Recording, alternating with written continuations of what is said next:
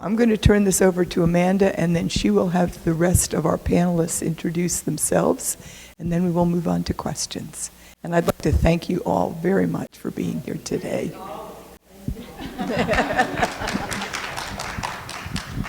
Well, I'm really excited to be here and really excited to hear from you all. We got a lot of questions. So, Gail, you may have to signal me for time. But I do want to start with introductions. So can we just pass the mic down and you guys introduce yourself? Hello, I'm Erin Barr. I am actually running for Chesterfield Commonwealth Attorney right now, and in my free time, my day job, I'm a prosecutor. I've been a prosecutor for 13 years. Primarily, at least 12 of those I have done juvenile court. So anything from domestic violence, sexual assault against child, physical abuse of children, and then also the juvenile delinquency charges that come into court. So that's kind of my passion and my expertise. Thank you for having me. I've really enjoyed the video, and I'm honored to be here on the panel with these folks. Good afternoon. Two mics. We're ready. My name is Valerie Slater, and I'm the Executive Director of the organization Rise for Youth. Rise stands for Reinvest in Supportive Environments for Youth. I'm also a criminal defense attorney. And I am a restorative justice facilitator. I sit on a couple of boards of restorative justice organizations, and I am indeed a circle keeper. There is so much that I'm so grateful to have seen the full video. I've seen snippets of it. This is the first time I've seen the entirety of it, and I'm glad to be a part of this conversation this afternoon. Looking forward to the dialogue. Well, good afternoon. I am Dr. Rhonda Clanton-Davis. I am the Education Chair with the NAACP for the Chesterfield County branch. My background includes I am a former educator as well as an Army veteran, and basically I just believe it's important to inform the community, involve the community, and community empowerment. So wherever you need me, and thank you for the opportunity to be a part of this conversation. Well, great, and we'll get started with some questions. I wrote down a bunch, and we have some from the audience as well. So I think the biggest thing on my mind when I saw this video, one of the things on my mind was our current governor is talking about how, parents matter, right? And I saw a tweet from him or his team or something that's something along the lines of, kids belong to parents and not the government. And, I just remember having a visceral reaction to that, right? Because I have kids, they don't belong to me. So I think that has set up some of the things that we're seeing in Virginia. So I'm curious about, what you all are seeing. Just take a couple minutes to talk about what you're seeing in each of your roles in regards to children and policing and school-to-prison pipeline. And then also, we're going to go into some solutions as well. But we can start with the problem. Does anyone else want to start, or you want me to start? Well, in my expertise, as I said, I'm a prosecutor, so I will set this up by saying I am probably biased in this conversation, right? Because what I see come through the court is usually something bad that's happened in schools, right? I'm not in the schools day to day seeing the whole picture, but what I see comes through court and what actually makes it to court in Virginia, in juvenile court. At least in Chesterfield, we have a really good court services unit, really good juvenile court judges. So we typically see, the worst. There are a few steps before anything gets actually to a prosecutor. To explain that a little bit, the juvenile court system, and some of you may know this, in Virginia, what happens when a juvenile is charged isn't really the right word, but maybe there's a criminal offense or a delinquency offense that has occurred. The police officer submits what's called a J-18, basically a report, to the court services unit, which is juvenile probation, is how that's commonly known. The court services unit then has an intake officer or officers that review that police report, that petition or J-18 that is submitted, and decide what to do with it. Sometimes it's as little as calling the parents and saying, are there any services we can offer your family? Your child got in this fight, or your child was trespassing at the mall, or whatever the case may be. What's going on and what can we do to help? we're trying to keep your child out of court. Sometimes it's more official, and we're going to send your child, your child was caught shoplifting, we're going to send them to a program, have them do community service. They'll never see the inside of a courtroom. And there are various things that intake officer can do. Typically that is done when it's a first offense or the first time the juvenile or the child has been referred to court. And sometimes it's done more than once, just based on the severity of the offense. There are some regulations, though. Examples, if there's a felony offense, then they have to put it through to court, right? The intake officer then doesn't have that discretion to do that. There is, just to tell you some of the updates in the law, there was an update in the law a year or two ago that now if the court services unit decides, if that intake officer says, we're keeping this out of court and we can resolve this within probation and counseling or restorative programs, the victim, if there is a victim in the crime, is notified and can actually object to that. So that law has taken some of the discretion out of court services unit's hands, because the victim can insist that the charge go to court, which was not the case for years and years and years in Virginia. The other thing that has changed recently, that I'm sure y'all may speak on too, is there was a change in the law of disorderly conduct either last year, was it last 2020? Wow, time flies. Where they can no longer charge disorderly conduct for conduct at schools. So what an officer refers to courts to juvenile probation has to be an actual criminal offense, or delinquency offense is what we call it with juveniles. So it has to be an assault or a larceny or some substantive offense, not like we see in the video, just a child being disruptive, a behavioral issue. So that has drastically cut back what we're seeing referred to juvenile court out of the schools, and that was a huge,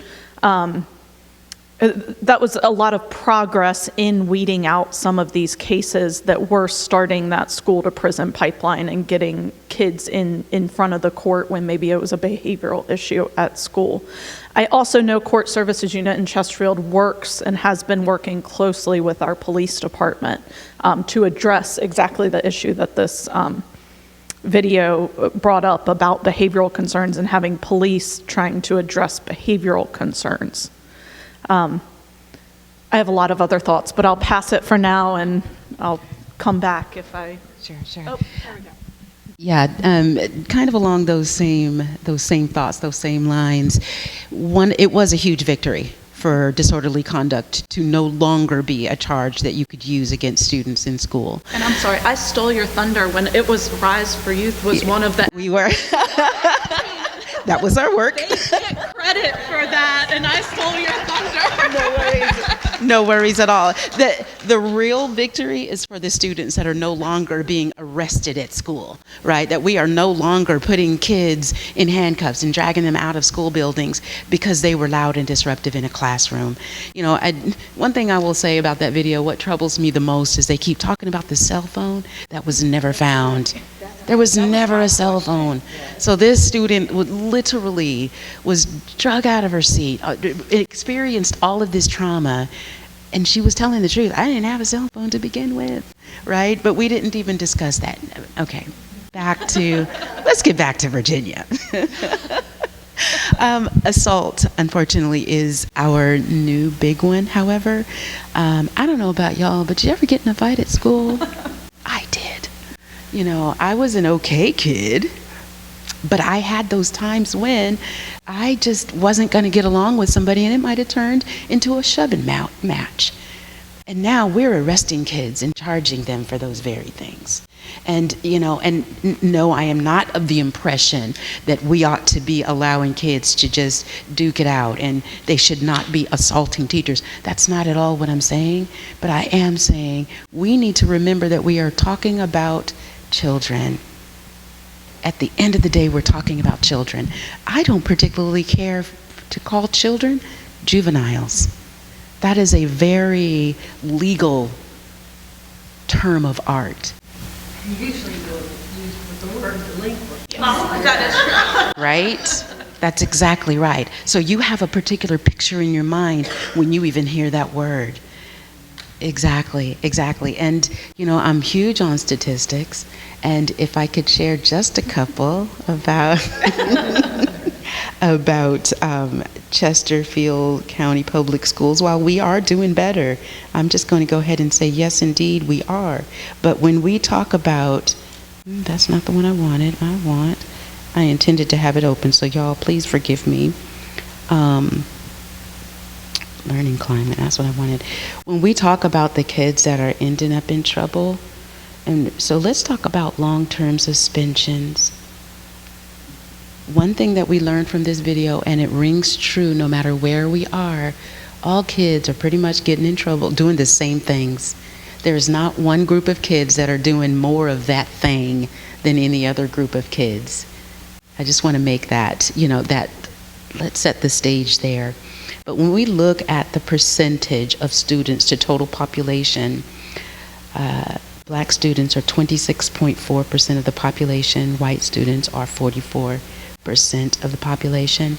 But when we look at long-term suspensions in Chesterfield County schools, Black students make up 60.2, white students 20.8.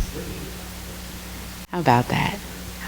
But I could say those same things for expulsions, and I could just walk down the line.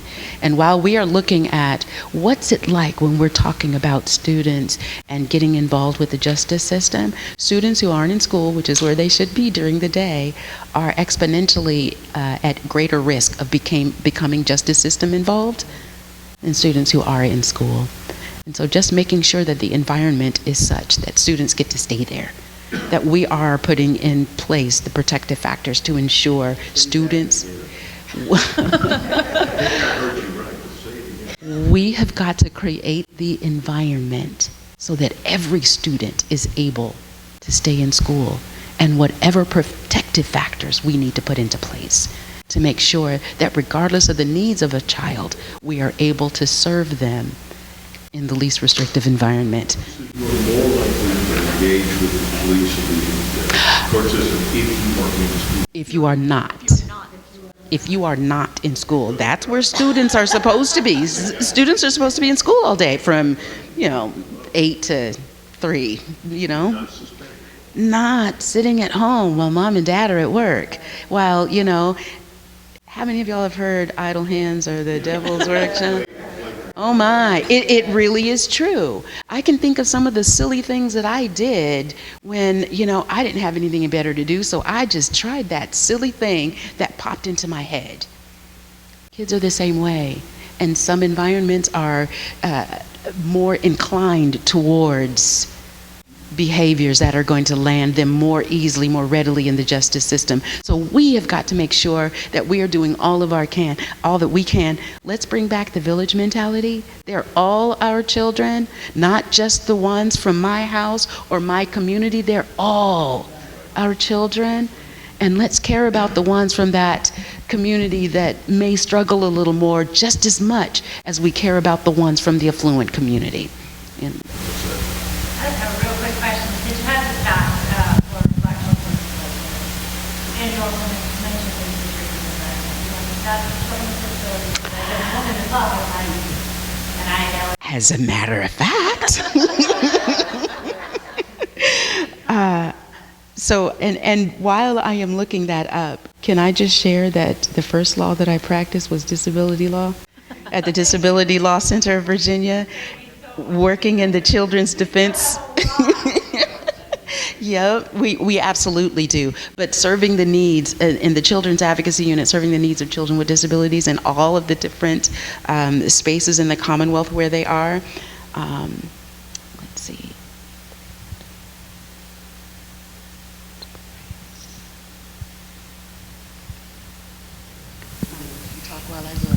Okay. Yes. I do not have anything additional to add besides an experience. So my nephew was, I won't say a victim, was penalized for zero tolerance, and he was suspended for 10 days. And so I said, well, I understand the rules, but what benefit will it be for him to be out of school for 10 days? So I had to do my research and get him back in school. So after 2 days, he was able to go back. And then I was told that that's going to go on his record. No, it's not going to go on his record. How do I appeal this? So I'm not a lawyer, but how is he going to be penalized for 10 days and it's going to go on his school record, which then he can't go to college because he's already looked at as if he's a troublemaker or a problem child. So who wants that on their campus? So at what point are we going to stop the layers of penalties? So I do know that he was in the wrong. He should not have hit. I do believe that he was acting out of like Shakira's incident, and even Ben mentioned that he believed that she was again the victim or was just acting out to self-protect herself. But neither here nor there, the consequences aren't aligning with the punishments. And just to add, my doctorate was on improving parents' rights or improving parents' knowledge of the IEP process. So both violations were there for the IEP. The procedural as well as the substantial was also violated there. So it was very hard to watch. Very hard to watch. Do you have that information? Yes. 9.8% of all Black students have disabilities, and they make up, now let me get to the suspensions.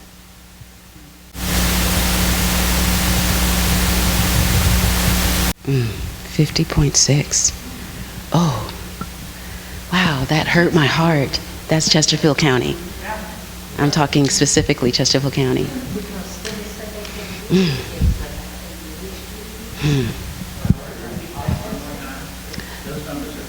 50.6% of all Black students long-term suspended are children with, exactly. Right. They are protected, but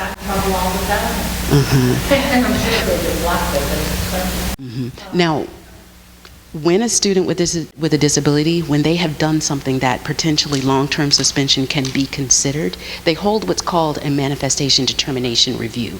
And then what they're going to determine is whether or not it was a manifestation of their disability. I'm going to tell you now, school divisions work real hard to say, no, it wasn't. And then as soon as they decide that it was not, then they're able to discipline that child the same way they would discipline their non-disabled peers. Can I share a story as well? I am accompanied this evening, by my 3 beautiful granddaughters, my Zoe, Anya, and Delilah. They're back in the back on their little tablets. My middle granddaughter, no, I asked first because I don't agree that we own children. I don't agree with that. And so before I decided to share this, I went to her and I said, Anya, is it okay if I share this story? And she said, yes, Vivi. They call me Vivi. Yes, I do. In school, she was being bullied basically by 3 other little girls. And she would go to the teacher, so-and-so and so-and-so and so-and-so are doing this. And the teacher just kept telling her, stop tattling, go sit down. Stop tattling, go sit down. And so at this point, she's starting to have stomach aches. It had gone on so long, she's having stomach aches. She's not wanting to go to school. She's actually spending some time in the nurse's office. And the teacher just keeps telling her the same thing, stop tattling, go sit down. Mom reaches out, hey, my daughter is telling me these things, I'll keep an eye on it. So then it wasn't just stop tattling, go sit down, it was, I'll watch them. Anya eventually pushed back. This teacher wrote my baby up. Wrote her up and wanted to put her in a special class to teach her how to deal with her emotions. At this point, I took off my grandma hat and I put my lawyer hat on. And I asked, Mom, Dad, come on, we're going to go and we're going to have a meeting with the school. And I let them know that I wanted to talk to them about bullying. And they sat down and they started telling me, we have a strong no bullying policy, and we watch our students. I said, actually, the bully is the teacher. See, it's the teacher's responsibility to create an environment that is safe for my granddaughter to be able to come. And when she has come repeatedly to you, and you will take no action, and when you finally do, it is against her, you have now become the bully. That teacher sat there and almost started to cry. My 8-year-old granddaughter had to continue to endure this, and the teacher was ready to cry. I'm not going to lie, I was quite angry. Eventually we got to the point where they were just asking us, what did we want? And of course I wanted her out of that teacher's classroom. I don't want you to have an opportunity to do anything else to her. I said, whatever you have written, you take it out of her file. I want to see that it is taken out, and there better be no residual of whatever this is that you have put in her file. And the fact that you didn't tell Mom that you had put this in her file to begin with, no, she was moved to a new class. She's thriving. And then the school board's attorney said, well, you know, I've got a nervous daughter too. I said, let's make something perfectly clear. She's not nervous and she does not have anxiety. She was in an anxiety-inducing environment. It is your responsibility to make sure it is an environment conducive to learning for every child. They didn't like me, I don't care. My baby is doing well.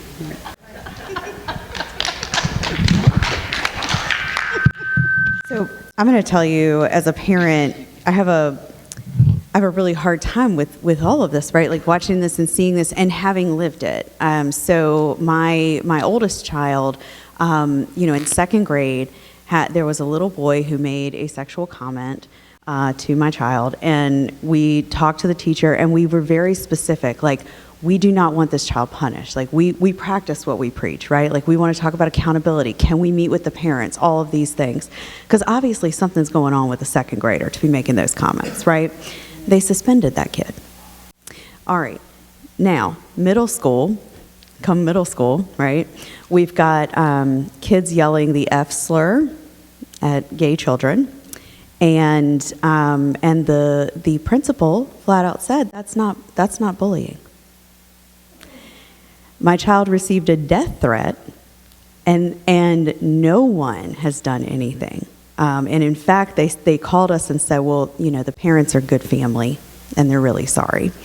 And so this leads into, our next question, which is, that kids' brains don't fully develop until they're 24, right? Like that's when your brain actually, your frontal lobe finally develops.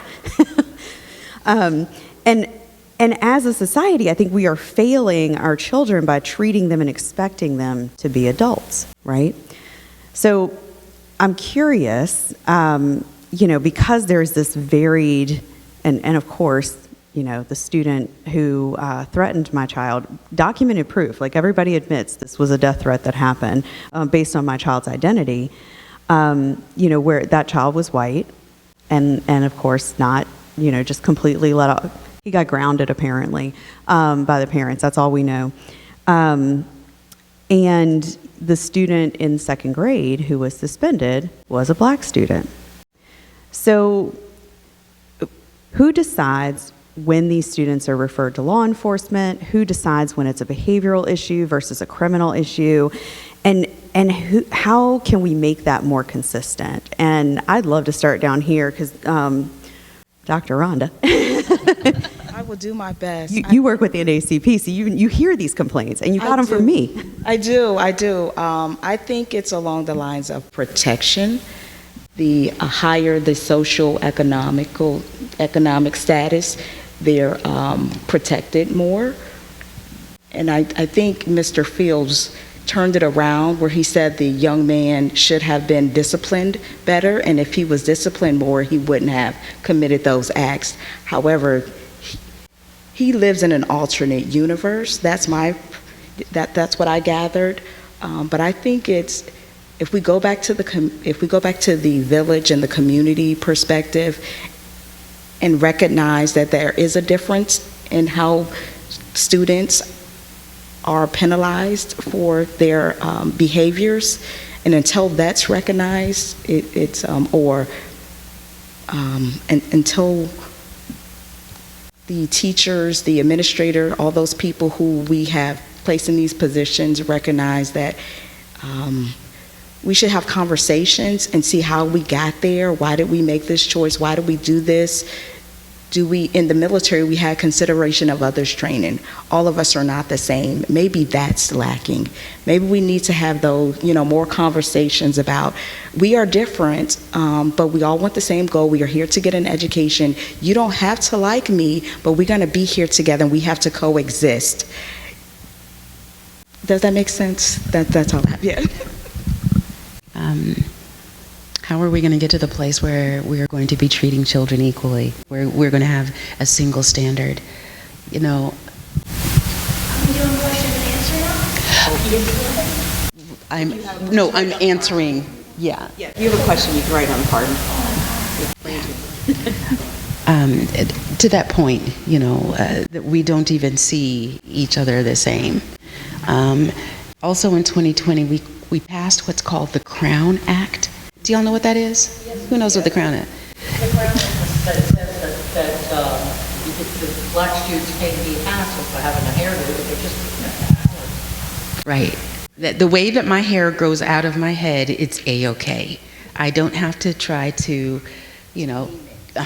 or conform it to Eurocentric standards of neat in order for my hair to be okay and presentable and acceptable. 2020 is when we passed that. 2020. For 3 years now, I've been able to. They have hair down below their collar, even if they put it up. I mean, that's right. Hair down below their collar, even if they put it up neatly. I mean, we can wear hair and that's wear hair down below the collar when I was in school. So. But that's actually touching the collar. It just has to be long. If we want to see an equalization of treatment when it comes to discipline, we've got to start realizing the humanity of every child and that the child status of every child. Black girls are considered adults as young as age 11. The adultification of especially black girls, 11 years old. But, girls get sexually mature at 11 now. And as far as some people are concerned, as soon as they are sexually mature, they're grown-ups. And they're not. They're little children. That's right. Particularly, I have a niece who's 22. I wanted to comment about what you were mentioning about policy issues. It seems to be across the board where you've got school, you've got kids, and you've got policies. So, population is different. That's really wrong with the environment. We don't have oversight. We don't have protective safety. Whether it's the police department, whether it's school, we don't have safety. We don't have silence on this. And then the question for putting forward disclosures. We've got something that's going to fail. And the people there kids that are around the world. That's right. And to that point in particular, if it's not okay for me to look my natural self, if I'm so busy trying to conform, if I am so busy trying to make sure that I sound like everybody else, I make sure that, my friend group conforms to everyone else, how am I ever going to authentically be me? How will I ever feel comfortable to even talk about what I'm experiencing? And so when are we going to get to that place where we are treating every child the same, when we are going to recognize the differences of sexual orientations and those kinds of things, and that we aren't going to penalize children for these arbitrary things? We aren't going to look at them as children. That's not going to happen until we, from adults on down, right? From adults on up, whichever way we have got to set a standard that we are going to accept. We are going to be inclusive, that we are going to have a single standard. Then we can begin to hold every agency accountable to the standard we've set. Because you do know that we're the ones that hired those police, right? Let's set a standard and then demand that everyone abide by it.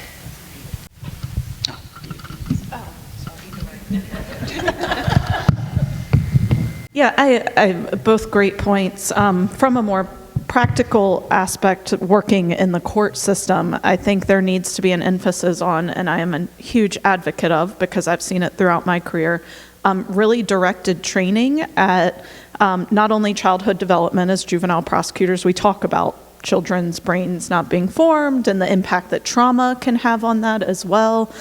So training on childhood development, trauma, disabilities, as well as implicit bias and treating, acknowledging that. And I think we have to do training across the board with every step along the way that you talked about, Amanda, from the teachers, the administrators, to the school resource officers, to juvenile intake, to prosecutors, to judges, all need to be aware of what's going on and have some background training. Also, just conversations like this. I mean, starting to have these conversations and making this a conversation we have in our community surrounding these issues certainly moves us forward. Yeah, go ahead. Ever seen a video where a white student was dragged by the police in anything? How many videos have you seen when it was a white student? I've not seen one. I actually looked for them. I have done Google search after Google search, trying to word it just the right way, and I can't find any. I can't find any. I just want to say that, and realizing that our children ought to be a priority for us. It ought to be something that we are declaring. When we can see a white student do something pretty significant, and one of the first things I often hear is, we don't want to ruin the life of.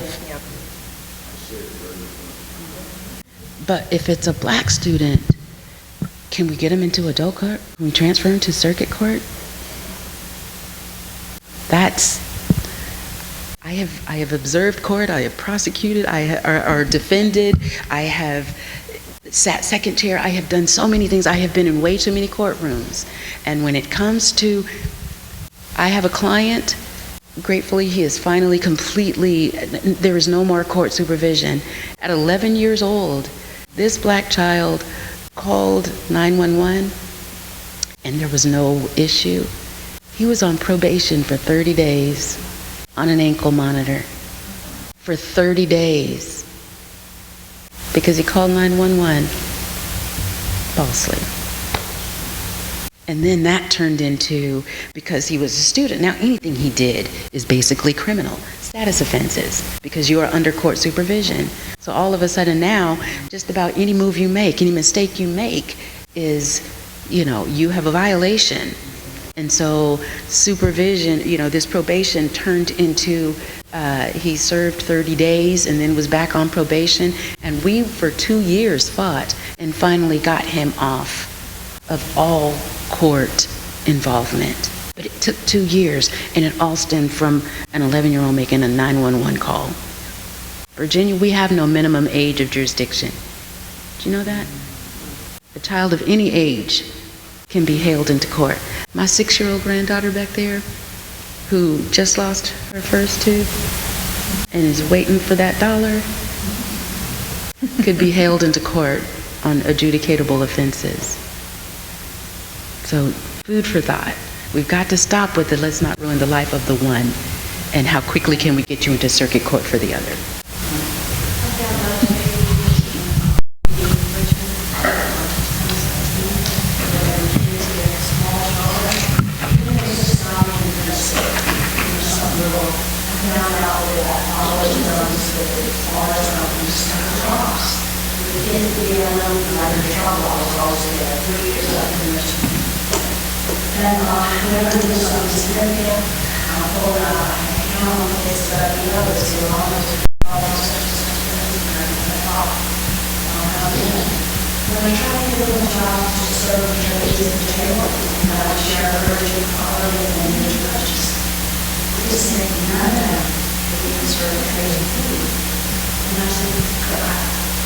Whatever you would want to do. doing the job, $15 an hour. No, just for someone's job. Right. And they thought very highly of me, and they still said, you don't get it, it's not about you, on another side of the ball.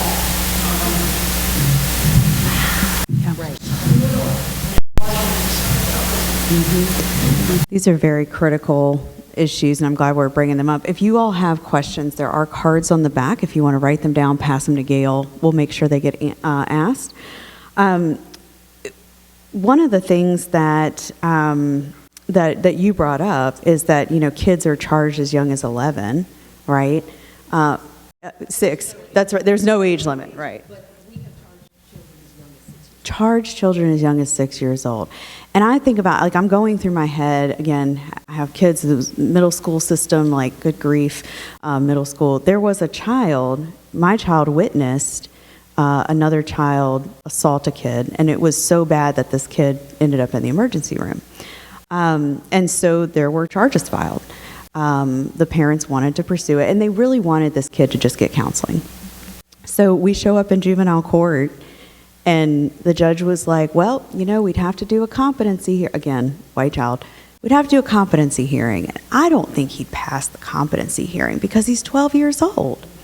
So, you know, we're going to, and the prosecutor ended up null prossing those charges, or not moving forward with the charges because of that reason. And it was astounding to me. We sat there all day long and nobody thought to think this through. And so I'm wondering if there are, I guess, and I want to start with you, Valerie, because you and I have worked in similar circles. Can we talk about the cycles of power and control that is happening in our school systems and with our young people, and how that is impacting the larger society? Because it's not just about the kids in school, it's also about larger society. First of all, let's start with competency. Do y'all know what she means when she said competency? That means making sure that the child understands the court process, understands the charges that are being filed against them, and that they are going to meaningfully be able to contribute to their defense. So all of those factors, did I miss any? No. Those are the 3 factors that must be met in order for a child, or anyone, is considered competent to face charges. So the judge was right away saying, oh no, this 11, 12-year-old is not going to be found competent. Oh my gosh, I'm so sorry, but that frustrates me like you just cannot imagine. It frustrates me because it is literally like saying, you know, depending on the shade of this will determine whether or not we are going to allow you to have any contact with this system. But it doesn't just start at the court, like Amanda said. It doesn't start there, right? That's what our society is telling us. When we look at the stop and frisk data, and I'm going to talk about the city of Richmond here because I don't have it for Chesterfield, but over 90% of all of the stop and frisk, Terry stops. You know, we get to just stop and ask some questions because perhaps something might be going on. Police officers stopping. Over 90% of those were black males between the ages of 18 to 24. Over 90%. So we have a perception of people, but we are the ones that have to change the perception. We have media that feeds us images. You know, once upon a time, we would see the picture of the big monkey guy who was going to attack and brutalize and throw over the shoulder the innocent white woman, right? Remember that we used to do that. Now, and then we move to the whole super predator. They're going to be godless, what is it? Right, super strong, but right, and they don't, unrepentant black kids, right? That are just going to terrorize. That was the 90s. And we kind of moved away from it, but then we had movies that every villain, every bad guy, every drug dealer, every mob boss, they were always the folks of color. So we were still feeding those same images. And so we built an entire narrative, and we're still acting on the narrative that we have built. Who we, must take the time to deconstruct those narratives. We've got to begin to put forward other narratives. Where are and now that we can't so much do that, even the police, the bad one will be the black guy. You notice that in movies now? I don't know if you notice that. But, I mean, we just keep telling that same story over and over and over again. That white women were able to just call the police. There's a black guy, he's threatening me in the park. I'm gonna get you killed. You know, caught on video saying these things. But I mean, but that's happening now, still today. Weaponizing the police against communities of color, individuals of color. So we are the ones that are going to be able to deconstruct and rewrite a narrative. And we need you. This audience, you are the ones that we need to help us do that. We need you to stand up and say, that's not true. Actually, when we see all these public service announcements telling us who to fear, we need alternate narratives, because until we change the narrative, we're going to keep seeing the same thing over and over until we change the narrative. Right now, they keep telling us that violence is at an all-time, or crime is at an all-time high. No, it's not. There may be an uptick in violent crime. But crime is at an all-time low, quite frankly. But that's not the narrative that sells. Fear and hate, and that's what sells. But it also allows for the systems that we have in place to be sustained. Our governor,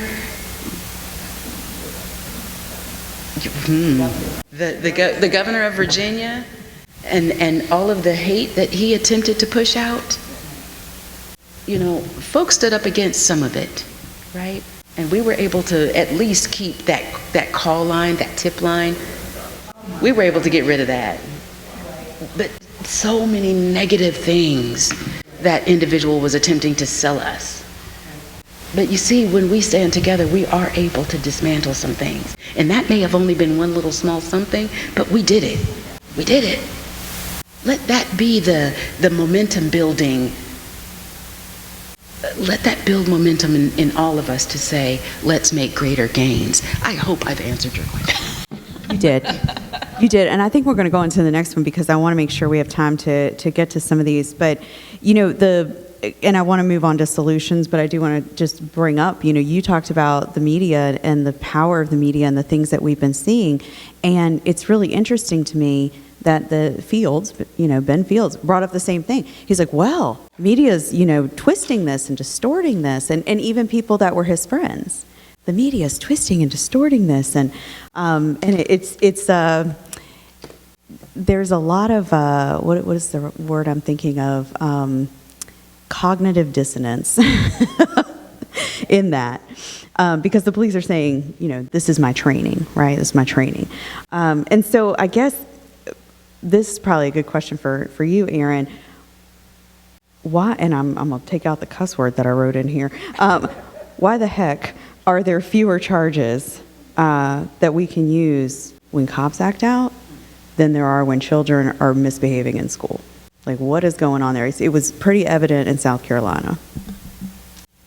Yeah, and I was actually thinking this question may be coming after watching that. And I will say, I hate to comment on other prosecutors' cases, right? Because I haven't seen the file, I haven't seen all the witness statements, I don't know South Carolina law, I'm not an expert in that. So, of course, police have the authority to use of force, right? So that's the question that when the DA or whatever they call him in South Carolina, it's not a Commonwealth Attorney, is doing that analysis, is it a justified use of force under his authority or not?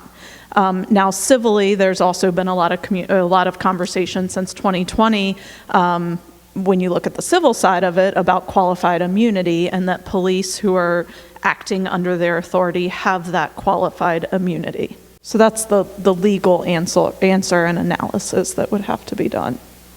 I don't know if you want to add. No, she was talking to you. I feel like you have something you want to add. What I will say is this, we did attempt to get more laws in place to protect the rights of individuals in their interactions with police in 2020. I helped co-found a Reforming Policing in Virginia coalition. And we put forward some pretty significant requests for change, not taking authority away from police, but holding them accountable when they run afoul of individual civil and human rights. And all of those died. Every one of those pieces of legislation died. Just want to let you know. And why are we finding so many ways to hem children up? Because I don't know why education has become, there is a culture of control that has moved into school buildings.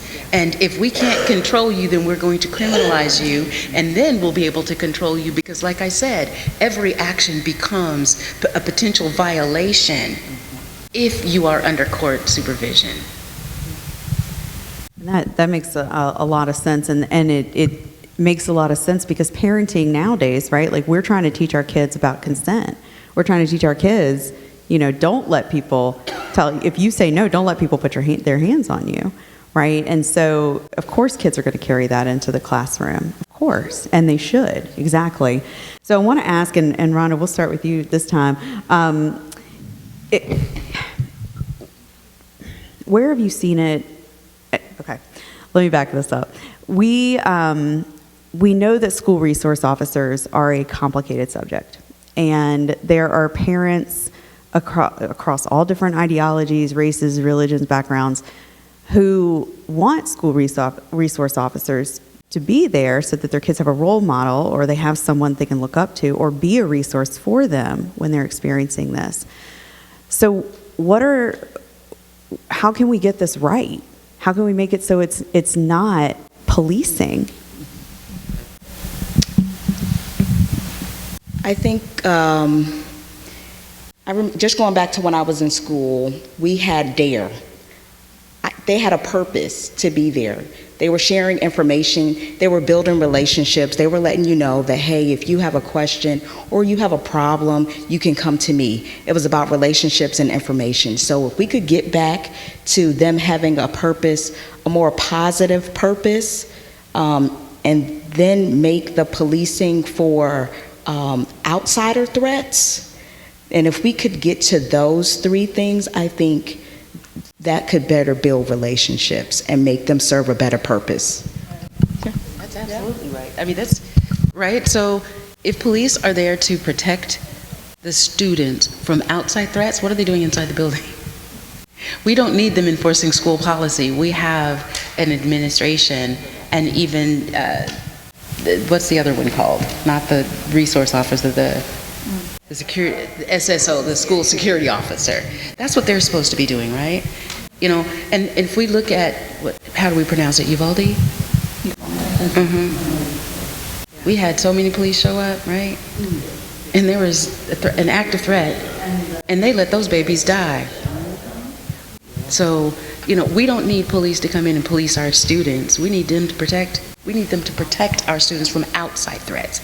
So set up outside, be perimeter, be around the perimeter to ensure that the students on the inside are safe. And allow the administration and others who are in the school in order to provide education, to provide support, and even the discipline that is needed. Let them do that. We'll get them in. I'll get you in a minute. But I think this is, and Valerie, since you have the mic, yes, Valerie, sorry. Since you have the mic, I'm going to go ahead and ask you this question.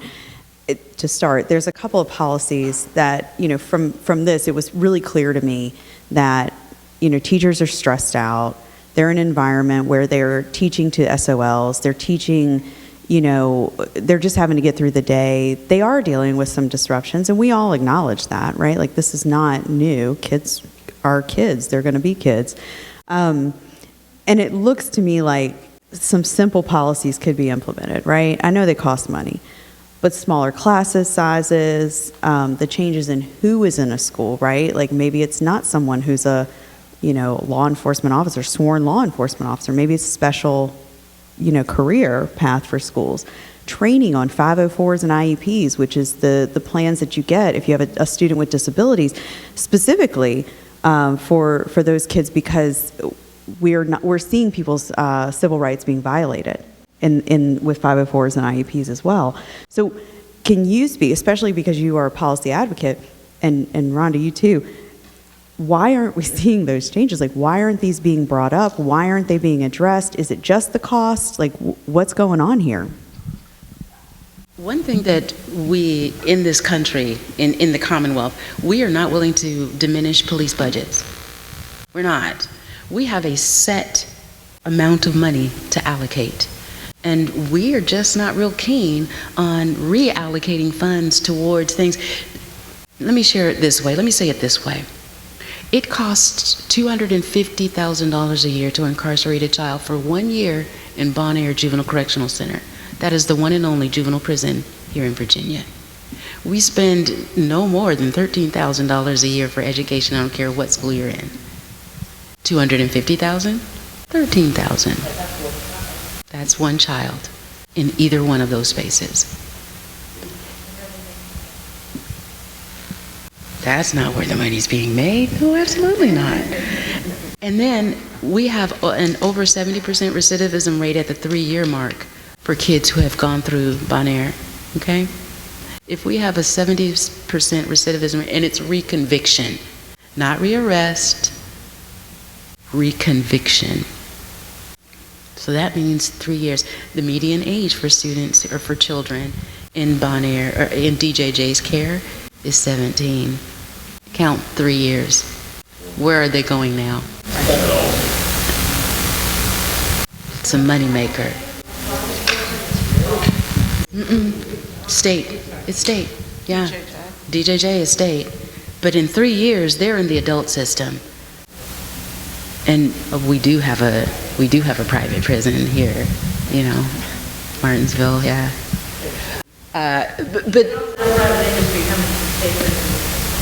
Oh, absolutely. Understand that the kids, adults alike, everybody pays for phone calls. Everybody pays commissary. Everybody pays for everything that you're receiving in there. Okay, maybe not the services that for young people. They're not paying for the services, but somebody's got the contract from the state to provide those services.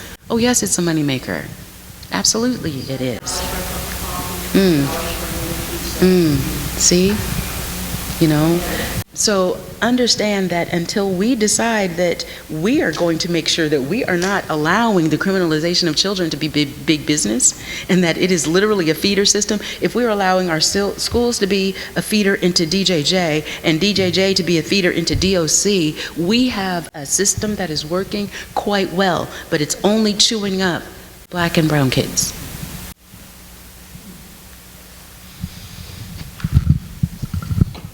Thank you. From a budget standpoint, I think the right people aren't in place. We all know it's a voting year. We need to get out. We need to do our part. So if you know your neighbor, your friend, your cousin. I had a friend. I just met her. I only assumed that she was a voter.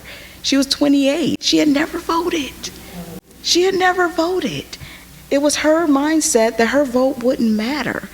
I said, why do you believe that? So if we could even just ask the question, because you won't know until you ask. Because I did assume, I was like, hey, you've already voted, right? She was like, no, I've never voted.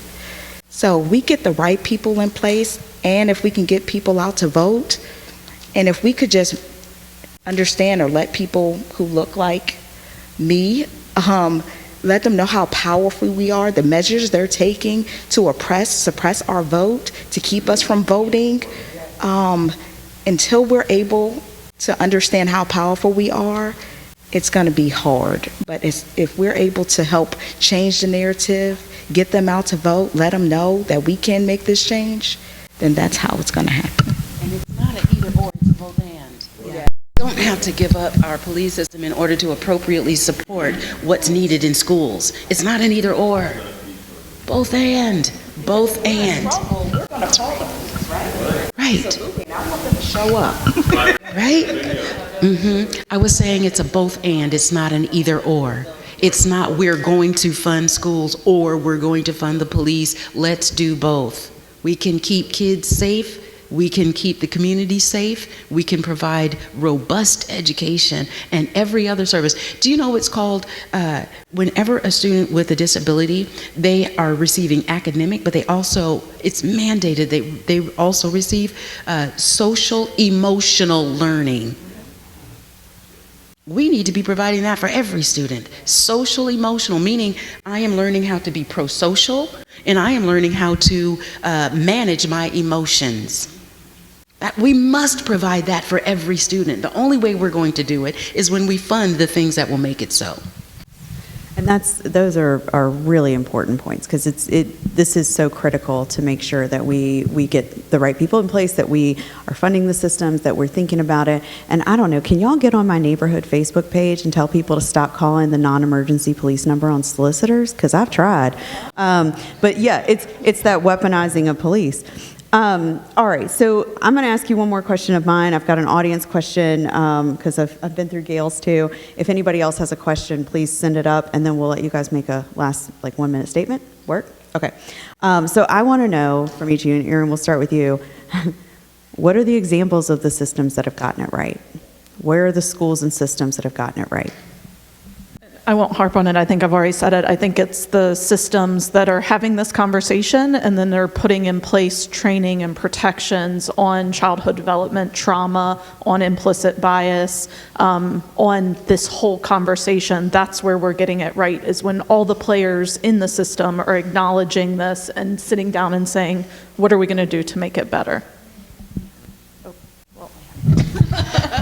And I would say I'm going to lift up the Richmond Commonwealth Attorney's Office, because they have created what's called the Community Engagement Unit.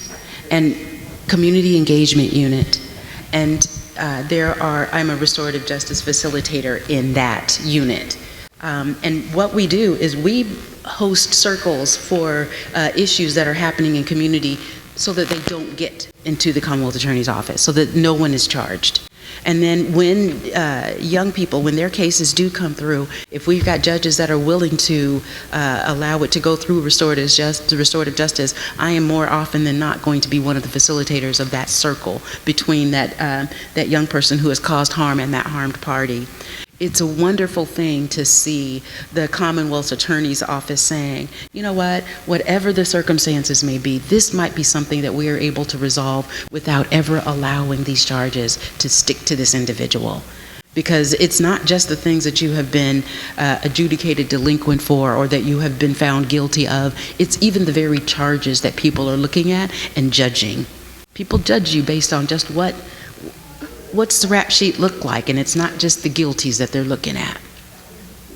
So I'm going to leave any office that is willing to engage with restorative justice, any office that's willing to say, let's go and be a part of community in positive ways so that they see us as a partner rather than as someone to fear. I will come from the angle of community. I applaud the church for hosting this. Yes.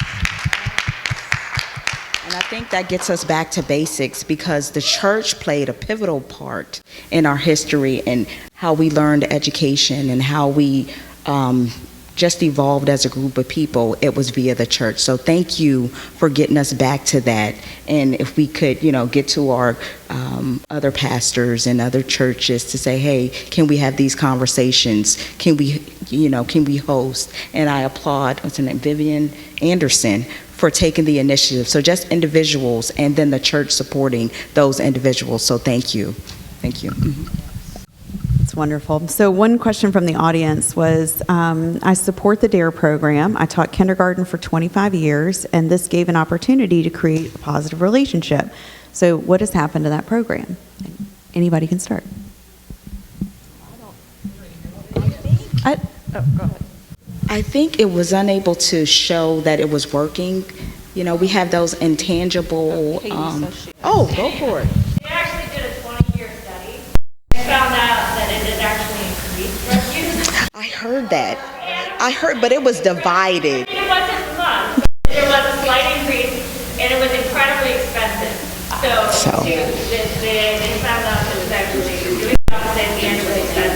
So they finally. Oh, wow. So it was money, because. Funding? Okay, that was my question. And the kids formed a relationship with the police officers. They weren't afraid of them. You know, it was a good relationship that I saw. And the officers coming into the classroom saw what went on. So they had a set curriculum to teach. So they understood. It was great. It didn't have drugs. They taught a lesson, but the main thing was the relationship that was established, you know. And I still have parents going, oh, if your dad, you know, you don't stay by the park in Walmart, I'm going to call a policeman. See that guy? Take you to, you know, and that's what the little kids. I will add, we have still have some incredible school resource officers in Chesterfield County who do understand behavior issues versus criminal issues and who build those relationships. I mean, I've worked with victims, children who have been victims, who have really relied on their school resource officer to provide support, to link to resources, to be a support as they go through the court process. So there are school resource officers out there. I've worked with a number of them that are doing that. It's just how do we make sure across the board that we have good school resource officers? Yeah. And we're big. And I think Amanda mentioned, I'm sorry, my background is actually, I'm a trained police officer, so I watched this training, I know what it's like. And one of the things that I would say is that the trajectory in the philosophy of policing has turned much more towards a combat-oriented, actor, save our own life kind of thing, and moved away from that community policing model, which they're based on. What Amanda mentioned about having a specialty position, I think that is one of the best ways that we can have this, is people who come in as juvenile officers in a school system that understand behavioral issues, that are trained that way, and I would say unarmed. I would absolutely say unarmed. I have specialty training in juvenile. Yes, that's what I did, special victims in juvenile was my special track, and I would say, like, even restraint. There's a special way that you restrain. There is no training specific for mandated in Virginia, and that is a very big problem. Yes, you can be a great officer, but you can also be a terrorist. Right. Mm-hmm. And I think, so we're going to move on to the closing statements because I think this is good, but I am going to direct a question to you, Erin, sorry. So answer the question and then go ahead and say closing, but and then we'll just keep going down the line. So you're running for Commonwealth Attorney. All right. So I voted for you. me too. Early voting. Sure did. So I want to know what you want to see the Commonwealth Attorney Office do specifically around this problem. What are you looking at for when you are elected and go into that office in January? And then go ahead and give us a closing remarks. Yeah, so I think a lot of people don't realize how much discretion prosecutors have, and across the board when we're talking about any age of person that comes in front of the court, but especially in juvenile court. I know it was mentioned transferring and certifying juveniles as adults, that decision, the decision of whether to find a child guilty of an offense versus continuing it out and letting them get services and resources, maybe some consequence like community service or something, restitution along those lines, and letting the charge be dismissed at the end. There are just a number of decision points where prosecutors have a lot of power in the way that these cases go, just like they do across the board with criminal charges. So I do think a lot of what we see in difference from jurisdiction to jurisdiction relies on the elected Commonwealth Attorney's philosophy in these cases. And so it is important to me that I have the background in juvenile court, and this is where I've worked, this is where I've seen change. I always tell people what I love about juvenile court is I've worked these juvenile delinquency cases where we can make a real difference, right? We can make sure that this doesn't follow kids into adulthood. We can make sure they get services if they need services so that they can move on into adulthood without these issues or the criminality issues following them.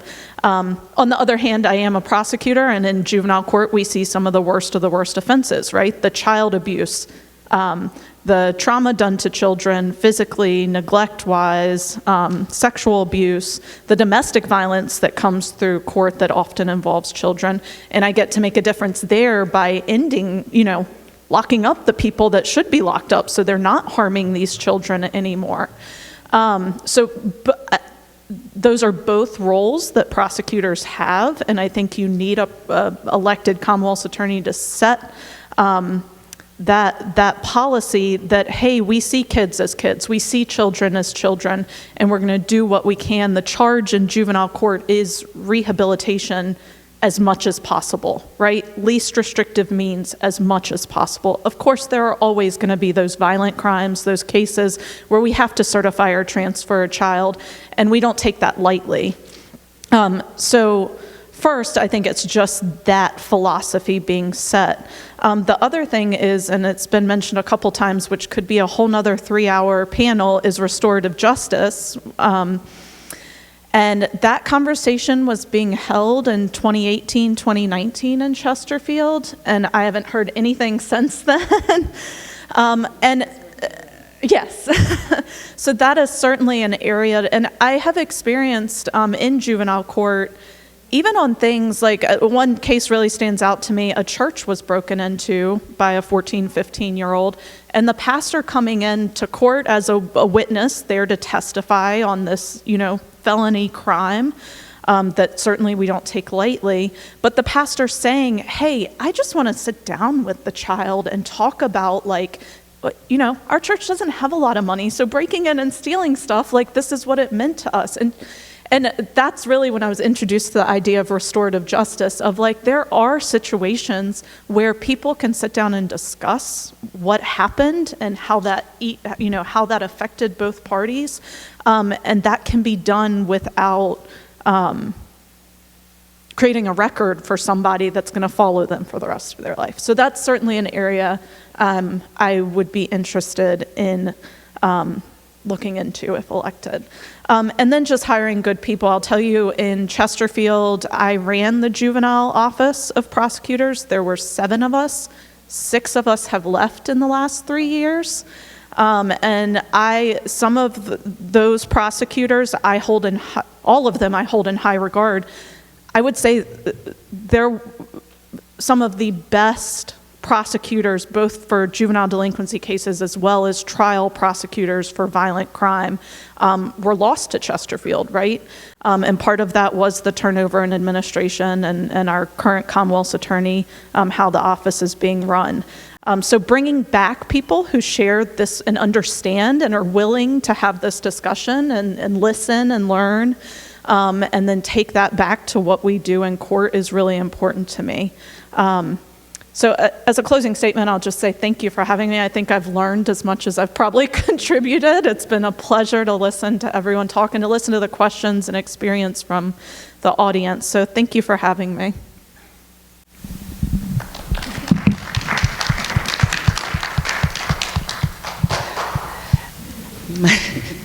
We got the littles back there clacking it up for you. My closing remarks, I am so grateful to have been invited to this conversation. I'm so grateful to look out and see the faces of folks that don't look like me, but that have the same heart that I do for children. And I'm grateful. Some of the things that we have been so excited in Rise for Youth to be able to accomplish. I don't know if y'all know that we used to charge the parents of incarcerated children child support. Did y'all know that? We stopped doing that. We stopped doing that. That's a law that we worked with our young people and with families of incarcerated children. And together we were able to raise that and end that practice. We've also been able to make sure that children have an opportunity to talk to their parents before they're interrogated. That's also important. We've been able to do some pretty important things, but what's most important is we are led by the children who have lived the experience. You know, oftentimes we're working with young people, they have been through so much and they have lost hope. They already believe that their voice doesn't mean anything. You know, many of the young people that we work with, they will say, I'm not going to live to 21 anyway. And we're taking these young people and we're wrapping love around them, and then we're just really increasing their ability to dream and then believe once again in the power of their voice. And then we're giving them positive ways to amplify their voice. And, you know, whether it's at the school board meeting, at the Board of Supervisors meeting, at the City Council meeting, or at the General Assembly, in every space that the issues that matter to them, we're there. We're putting them out front. We're giving them the training. We're giving them the support so that they are able to be the advocates for the issues that matter to them. So thank you for caring. Continue to amplify the message that we all are here collectively saying. If we have candidates that are willing to truly fight for our babies, let's make sure that we put those candidates in office. That is not a political statement, just a thought. As a person running a nonprofit, not an endorsement, just a thought. But can we do that? Can we make sure that we are indeed electing the people? Can we make sure that we have officers that care about our kids? Can we make that a priority? Can we begin to reject the narratives that say particular groups of people and particular kinds of children aren't good, can't be good, that we should fear them? Let's reject those narratives and then demand the change, and then we begin to draft those narratives and live them out loud. We need an authentic CRB. That, right? We labored on that sucker and we got wrong. Oh, it's true. It's true. I could keep talking. I'm going to be quiet.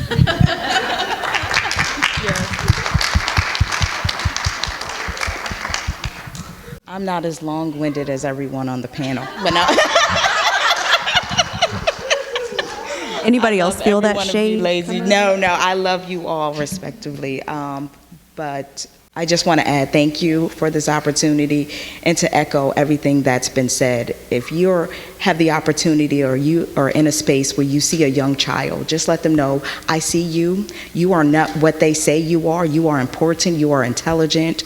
This is not, even if you've made this bad decision, you are not bad. Your decision was poor. That's what they need to hear. So if you could just help push that narrative, like you said, reject those and push the new narrative that you are great, you can do it, you do matter. And I don't think you need to wear the shirt, just act on it. In every space I've been in, relationships and my response have gotten me to where I am. So if you let them know, you may be having a bad day, everyone doesn't need to know it. Just understand you are having a bad day, don't respond that way. Try to walk away from the situation. Even if you know you're right, walk away from that situation and maybe tell it to someone who you think can help you get to where you want to, or the point you're trying to make. So just help them understand the best way to respond. And that's all I have. Thank you so much for this opportunity.